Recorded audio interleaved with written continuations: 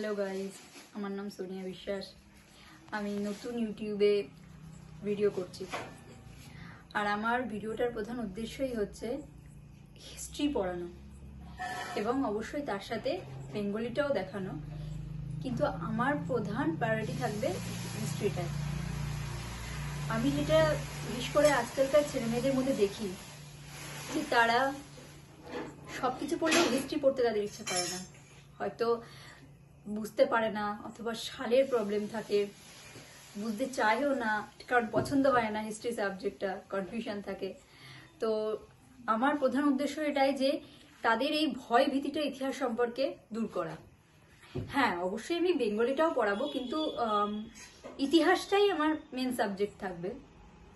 আর যেটা আমি তোমাদেরকে অবশ্যই বলবো যে ইতিহাস হোক, বেঙ্গলি হোক, বা যে কোনো সাবজেক্টই হোক না কেন, পড়তে হবে কিন্তু ভালোবেসে বা মন দিয়ে।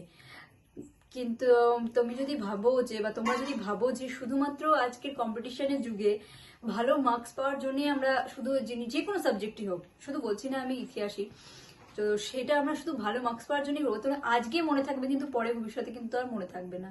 এজন্য হয়তো আমি এটা আমার সম্পূর্ণ নিজস্ব মতামত, আমি অন্যদেরকে কোনো রকম হার্ট করছি না। যে আমি যেটা আমার শিক্ষকের কাছ থেকে আমি শিখেছি সেটাই বলবো, যে পড়ানোর সময় আমি কখনোই এটা বলতে পারবো না যে 99% তোমাদেরকে আমি নাম্বার তুলে দিতে পারবো।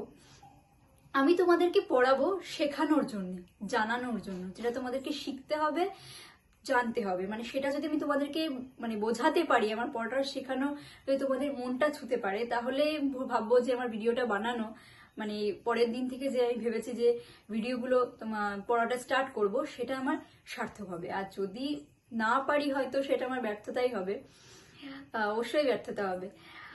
আর যেটা আমি তোমাদেরকে বলছিলাম, আবার ওই একই কথা বলবো, যে পড়া মানেই যে সাজেশন, দুর্দান্ত কোনো ট্রিক তো সেই দিয়ে পরীক্ষার সময় তোমরা আমি যা বলবো সেরকম সাজেশনই পেয়ে যাবে।